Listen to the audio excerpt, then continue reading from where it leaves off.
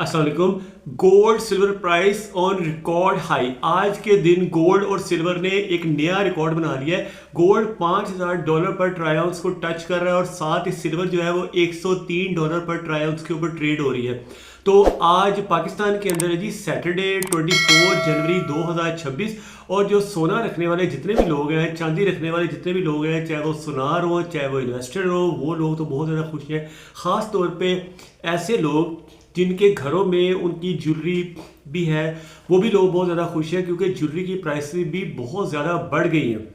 हालांकि ज्वेलरी के अंदर 24% से लेके 30% तक इम्प्योरिटीज़ होती हैं। उसके अंदर कॉपर, निकल और चांदी की मिलावट भी होती है। जैसे आप 24 कैरेट की बजाय 22 कैरेट कहते हैं, लेकिन हकीकत में वो 18 कैरेट होता है। वो भी चेक करने के तरीके मैंने मुख्तलिफ वीडियोज़ के अंदर बताए गए हैं कि कैसे आप XRF मशीन के ज़रिए से या कसौटी के ज़रिए से चेक कर सकते हैं कि जो ज्वेलरी आपने ली है वो वाकई 22 कैरेट है या 21 कैरेट है या 18 कैरेट है या 16 कैरेट है। ठीक है जी, वीडियो शुरू कर लेते हैं। इंटरनेशनल मार्केट में इस वक्त जो गोल्ड है $4988 पर ट्राई आउंस के ऊपर है। $4988 इसको डिवाइड करेंगे 2.666 से और मल्टीप्लाई करेंगे 282 से, तो जो आज के दिन गोल्ड का रेट निकलता है 5,29,000 रुपए का तोला निकलता है। एक हफ्ता पहले कितना रेट था? कुछ 4,75,000 रुपए का एक तोला था। तो मतलब एक हफ्ते के अंदर तकरीबन 50,000 रुपए तोले के ऊपर बढ़ गया। लेकिन पाकिस्तान की अगर आप मार्केट में जाएंगे तो वहां पे गोल्ड आपको ट्रेड होता हुआ नजर आएगा 5,05,000 का। होता यह है जब आप खरीदने जाएंगे तो आपको मिलेगा नहीं इस रेट के ऊपर, जब आप बेचने जाएंगे तो आपका इस रेट पे बिकेगा। अगर आपके पास प्योर गोल्ड है तो प्योर मतलब 24 कैरेट प्योर गोल्ड है। अगर ज्वेलरी होगी तो वो मिलावट निकालने के बाद उसके अंदर जो मोती होते हैं उसको निकालने के बाद बिकेगी। ठीक है ना।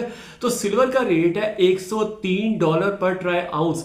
$103 को जब आप डिवाइड करेंगे 2.666 से और मल्टीप्लाई करेंगे 282 से, तो जो रेट निकलता है तकरीबन 11,000 रुपये तोला निकल रहा है इस वक्त। आज से साल पहले अगर आप चले जाए सेम इसी दिन यानी 24 जनवरी 2025, एक साल पीछे जब आप जाएंगे तो $29 ट्राई आउंस के ऊपर चांदी बकसरत अवेलेबल थी। उस वक्त चांदी का रेट पाकिस्तानी मार्केट में 3,000 से लेके 3,050 रुपए का एक तोला मिलता था। ये 10 तोले की जो बार थी ना वो 31,000 से लेके 30,500 से 31,000 के दरमियान में आपको मिल जाती थी।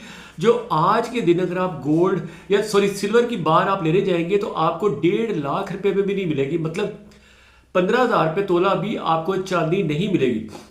लोग अक्सर मुझसे पूछते रहते हैं कि सर बाय करें या ना करें, तो मैं आपको हर वीडियो के शुरू में एक डिस्क्लेमर देता हूं। उसमें यह कहता हूं कि जो भी बाइंग है या सेलिंग है वो कोई भी एसेट में, अगर आपने किसी भी किस्म के एसेट में आपने बाइंग करनी है सेलिंग करनी है तो आपकी अपनी रिस्पॉन्सिबिलिटी के ऊपर आपने करना है। आपको पता होना चाहिए दुनिया में जितनी भी चीज़ें होती हैं, जितनी भी कमोडिटीज़ होती हैं, वो आज ऊपर होती है कल को नीचे होती है। आप जैसे पहले छोटे होते हैं, बच्चे होते हैं, फिर बड़े होते हैं, बाद में बुढ़ापा आता है, दोबारा से आप झुक जाते हैं। तो ये हर अरूज जो होता है ना उसको जवाल भी होता है। तो जो चीज़ें ऊपर को जा रही होती हैं वो नीचे को भी जाती हैं। जैसे अगर आज सोने का रेट 5.25 लाख रुपए है तो कल को हो सकता है कि 2.25 लाख भी आ जाए, किसी वक्त भी गिर सकता है। इस तरह सोना ऊपर भी जा सकता है। इसलिए जो भी लोग इन्वेस्टमेंट करते हैं तो उनका दिल और जिगर बहुत ज़्यादा मजबूत होता है, उनका ब्रेन मजबूत होता है, उनके नर्व्स बहुत मजबूत होते हैं। और मैंने कल एक वीडियो बनाया था कि अमीर सोच में और गरीब सोच में फ़र्क क्या होता है। जो अमीर लोग होते हैं ना, जितने भी आपने ट्रिलियनर्स लोग देखे होंगे, अब बिल गेट्स को आप देख लें, इलॉन मस्क को आप देख लें, वॉरेन बफेट को आप देख लें, जितने भी अरबपति खरबपति लोग हैं, चाहे वो इंडिया में हो जैसे रतन टाटा, इस लेवल के जितने भी लोग होते हैं उनका जो ब्रेन होता है बहुत ज़्यादा स्ट्रॉन्ग होता है, उनके नर्व्स बहुत ज़्यादा स्ट्रॉन्ग होते हैं। जितना मर्जी फ़ायदा हो जाए और आपके चेहरे के ऊपर, उनके चेहरे पे खुशी नज़र नहीं आएगी आपको। चाहे वो आज फ़र्ज़ किया उनका 1 अरब 2 अरब में बदल जाए ना, तो उनके चेहरे पे आपको स्माइल, ज़्यादा गहरी स्माइल ही नज़र आएगी।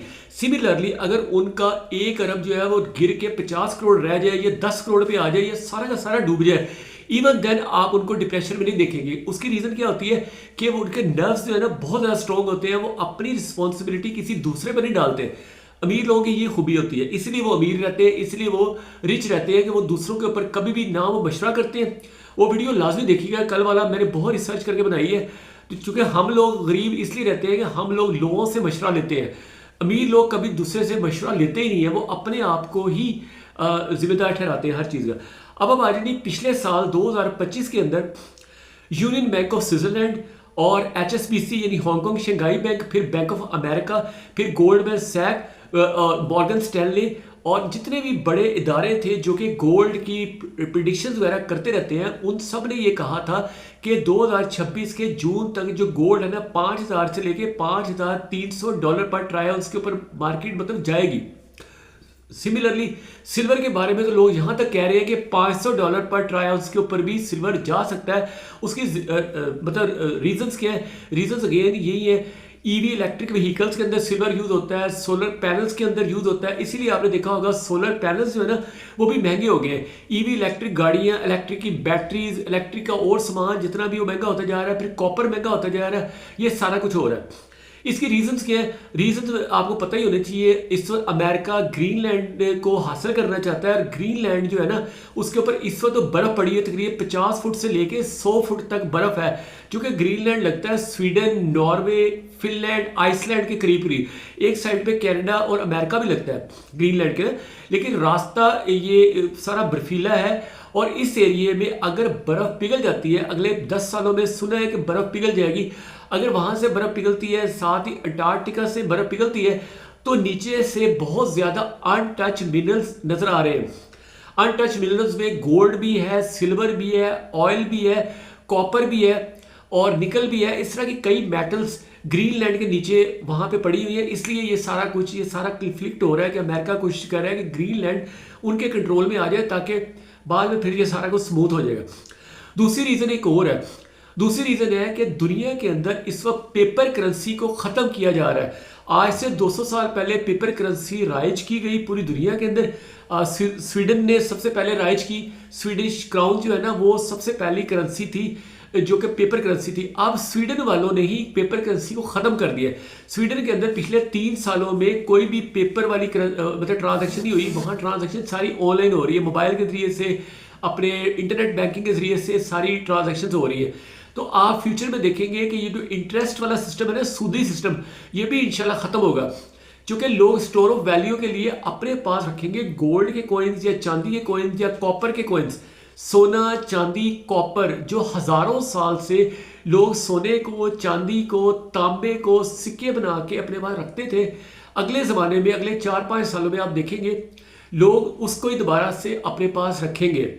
तो ये रीज़न है, क्योंकि जो बैंक के अंदर आपके पास पैसे हैं ना वो किसी वक्त भी हैक हो सकते हैं। आजकल का जो ज़माना है, आप फर्ज किया कोई आदमी आपका मोबाइल चोरी कर लेता है या आपका लैपटॉप चोरी कर लेता है, तो उधर से वो सारे पैसे हैक कर सकता है। इसी तरह वो कहीं दूर बैठा हुआ है, हज़ारों किलोमीटर दूर बैठा है, तब भी वो मोबाइल को हैक कर लेते हैं। तो इसलिए मोबाइल के अंदर मोबाइल ऐप के ज़रिए से पैसे को करना वो ज़्यादा ख़तरनाक है। और ख़ास तौर पे जैसे मैं हर वीडियो में कहता हूँ, don't put all the eggs in one basket. एक ही जगह पे अगर आप सारे पैसे रखेंगे, फर्ज किया आपने सारे पैसे बैंकों में रख दिए और आपके पास और चीज़ नहीं है, तो बैंक के ज़ाहिर है किसी वक्त बैंक दिवालिया हो जाता है या बैंक हैक हो जाता है या कोई भी मसला बन जाता है, तो आप ज़ीरो हो जाएंगे। तो जबकि दूसरी तरफ गोल्ड है, सिल्वर है, कॉपर है, एल्युमिनियम है, जो मेटल्स हैं वो ज़ाहिर है वो ज़ीरो कभी भी नहीं होगी। फिर इसी तरह प्रॉपर्टी है वो ज़ीरो नहीं होगी। अब आज जी सोना बना कैसे था? आज से अरबों साल पहले जो 2 सितारे टकराए थे ना आपस में, तो उससे ये सोना जितना भी दुनिया में बना हुआ है, ये सोना सितारों के टकराने से बनता है। सुपरनोवा की हाई जो है ना गर्मी, बहुत ज़्यादा टेम्परेचर चाहिए और अरबों मतलब सेल्सियस टेम्परेचर होता है, उसमें वो टकराते हैं। टकराने के बाद न्यूट्रॉन और इलेक्ट्रॉन और इस तरह के मुख्तलिफ किस्म के केमिकल रिएक्शंस होते हैं, फिजिकल रिएक्शंस होते हैं, जिसकी वजह से ये गोल्ड या इस तरह की प्लैटिनम जैसी मेटल्स बनती है जो कि दुनिया में बनना इम्पॉसिबल है। तो अब आ जाए जी, सोने के ऊपर असर किन मेटल्स का नहीं होता, आग का असर नहीं होता सोने के ऊपर। आग के अंदर सोने को डालते हैं तो वो कुंदन बन जाता है। तेजाब का असर नहीं होता, क्योंकि तेजाब डाल के तो चेक करते हैं कि असली सोना है नहीं, और XRF मशीन होती है, उससे गोल्ड को चेक किया जा सकता।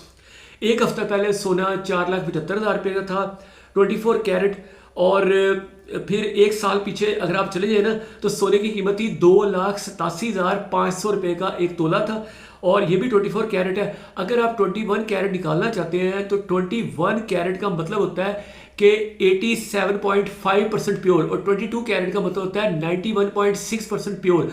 तो जो आज का रेट है, जैसे 5,05,000 है, उसको मल्टीप्लाई करेंगे 91.6 से और डिवाइड करेंगे 100 पे, तो जो रेट निकलेगा वो रेट होगा 22 कैरेट का।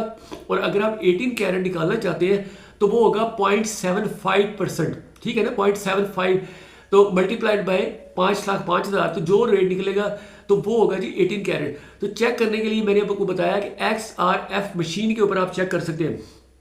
और अगली चीज़ ये, जो लोग पूछते हैं कि सर बाय करना चाहिए, सेल करना चाहिए, तो मैं आपको बार बार कहता हूँ कि सोने को, चांदी को, कॉपर को, जितनी भी इन्वेस्टमेंट है, चाहे वो प्लॉट हो, वो कभी भी आप दूसरे के मशवरे से ना लें। किसी प्रॉपर्टी डीलर से पूछेंगे ना कि प्लॉट ले लूँ, प्रॉपर्टी डीलर कहेगा जी भैया ले ले।